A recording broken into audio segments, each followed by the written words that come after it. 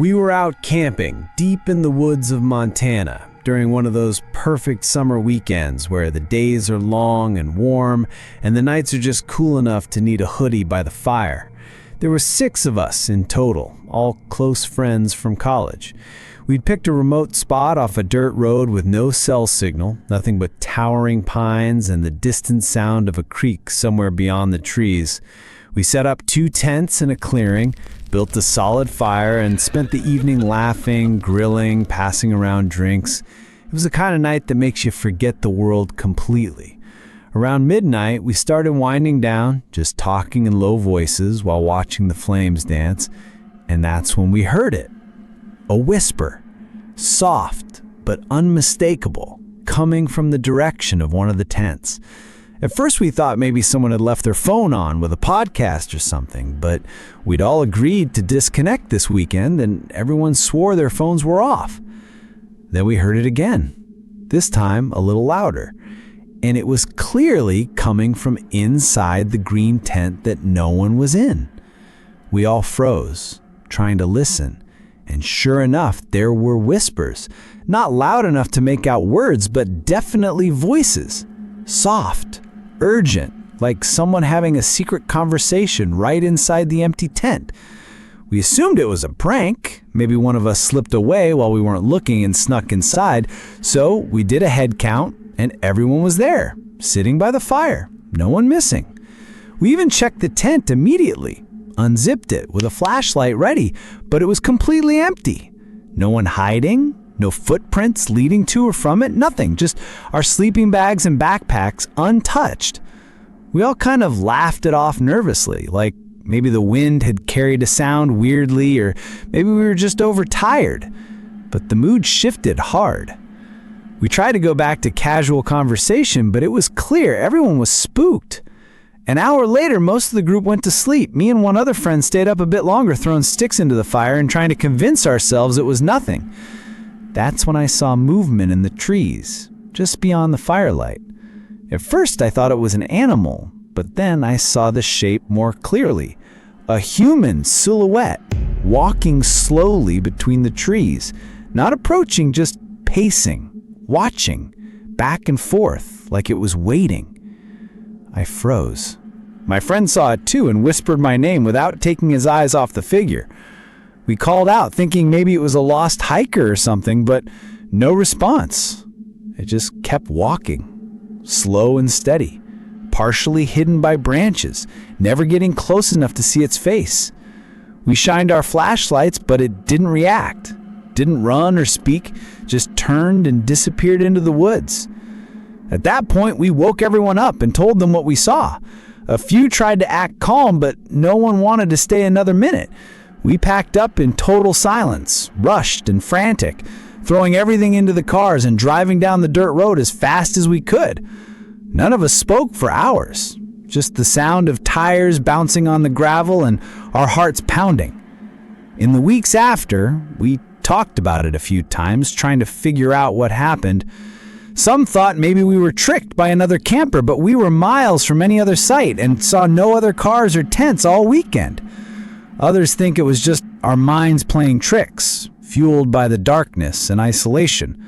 But I know what I heard, and I definitely know what I saw.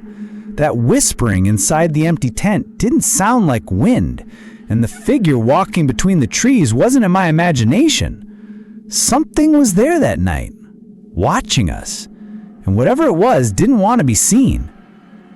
I haven't gone camping since, and I don't think I ever will again. Because once you've heard a voice coming from an empty tent and seen something human walking in total silence through the woods with no explanation, you can't pretend the world is as simple as it was before.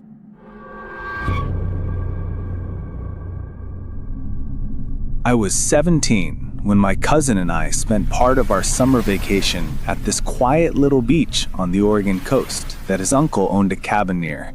It wasn't a touristy area at all. No shops, no boardwalk, no lifeguards. Just endless coastline with high dunes and tall grass and the sound of crashing waves.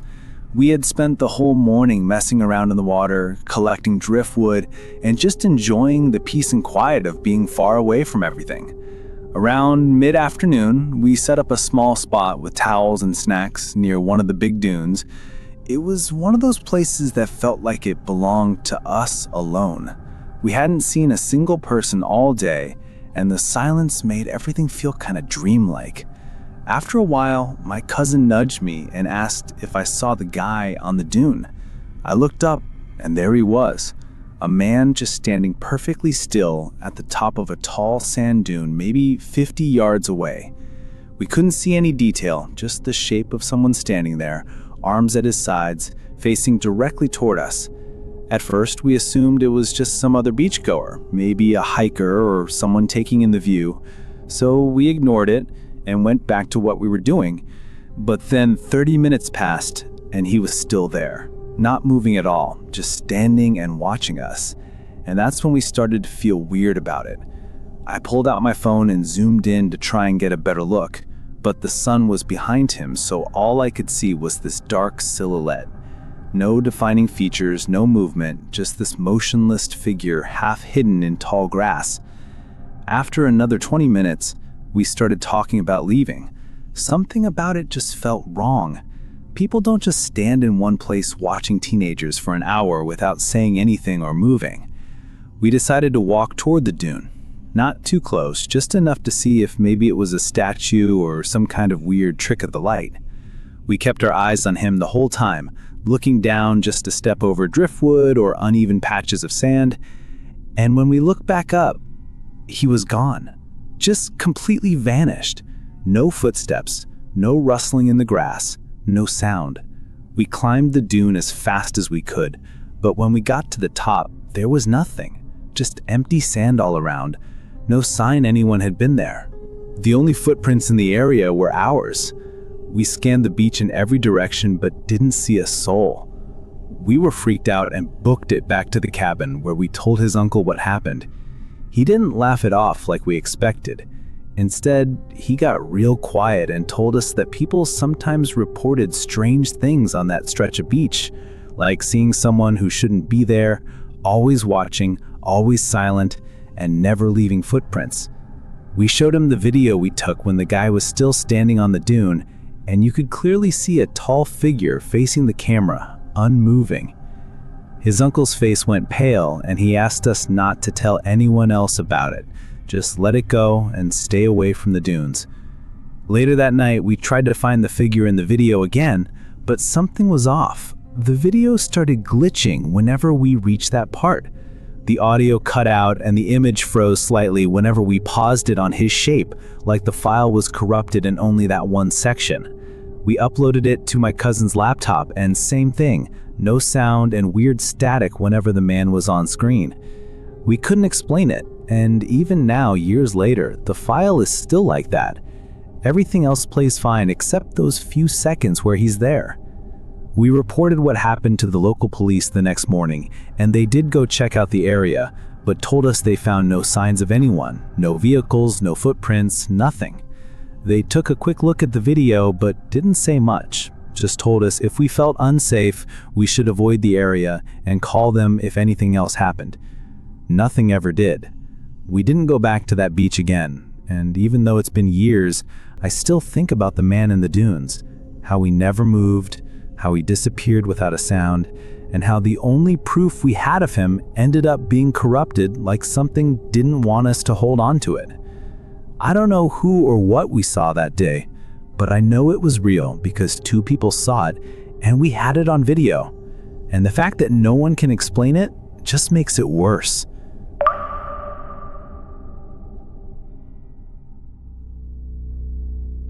We had rented this old summer outpost deep inside a forgotten corner of a nature reserve in rural Maine. It was the kind of place you'd only find if someone told you about it. No signs, no real listings, just this strange private listing on an obscure rental site advertising it as a rustic scout camp getaway from the 60s. The photos showed this group of small wooden cabins clustered near a dried-up creek bed, all surrounded by dense woods that stretched for miles in every direction. There were 5 of us, longtime friends from college looking to escape for a few days, unplug and relive some old camping memories. We thought it would be fun to go fully off-grid, hike, build fires, cook outside, and just exist without cell service or social media. When we got there, the place looked exactly like the photos, but somehow older, more weathered, like it had been frozen in time and forgotten by the world. The main cabin had bunk beds, a wood stove, dusty lanterns, and tucked in one corner, this ancient rotary phone mounted on the wall, beige with a thick coiled cord. We assumed it was just a leftover prop from the old camp days, not functional, just decoration. The first night went great. We grilled, told stories, passed a bottle around, and eventually crashed in the bunks. It must have been around 3 a.m. when I woke up to a loud metallic ring echoing through the cabin. It was so loud in the silence that it felt like it was vibrating the walls. I sat up in the dark, totally disoriented, until I realized it was coming from the old rotary phone on the wall. I stumbled over and picked it up, and immediately felt the chill crawl up my back. There was this low groaning sound, like someone in pain, deep and rhythmic. Then suddenly it shifted into whispering, fast, urgent, completely unintelligible. It didn't sound like English or anything I recognized. I said hello over and over, but there was no response, just the whispering getting more intense until the line cut to static and went silent. I stood there staring at the receiver in my hand for a minute, trying to convince myself it was a dream or some kind of malfunction. But the next morning when I told the others, they all just kind of laughed it off. No one else had heard anything, until the next night when it happened again, this time right at 3 a.m., the same loud ringing, and this time everyone woke up. We all sat up in our bunks, frozen as the phone rang again and again. Finally, my friend Jeff, always the skeptic, got up and answered it. I watched his face change as he listened, eyes wide, completely still. He stayed like that for maybe half a minute before slowly hanging up and walking back to his bed without saying a word. He didn't sleep the rest of the night, and when we asked him about it the next morning, he said it was nothing, just static.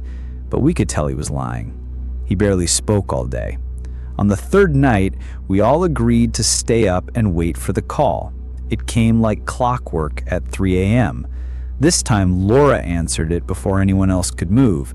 She said hello twice, then just stood there, completely frozen, her eyes fixed on nothing. After nearly a full minute, she put the phone down and backed away like she'd touched something hot. She started crying silently, and when we asked what happened, she said the voice on the line wasn't speaking English, but somehow still said her name. At that point, we were all done. We packed our stuff right then and there, loaded the car, and drove out of that forest without saying a word. As we drove through the narrow dirt road leading out of the woods, I kept feeling like something was watching us from between the trees. Not following us exactly, just observing. When we got home, I tried to find out more about the camp. I dug around online and eventually found a couple of old newspaper clippings from the 70s about a scout troop that went missing in that same reserve. 5 boys and 1 adult leader vanished one night during a storm and were never found. Some of the articles mentioned strange activity and even made reference to strange radio interference and phone calls reported by search teams that didn't match any known signals. I even found a deleted forum thread where someone claimed they stayed in the same outpost and were called that night, but the thread was removed before I could read more. I tried calling the number on the old phone just to see what would happen, but it didn't even have a dial tone anymore. It's been over a year since that trip, and none of us have talked about it much since. Jeff refuses to talk about the call at all, and Laura jumps whenever a landline phone rings in movies. I haven't been camping since, and every now and then, especially around 3 a.m., I swear I can hear the faint echo of that same metallic ring in my head, like the phone still wants someone to answer, and whatever was on the other end isn't finished speaking.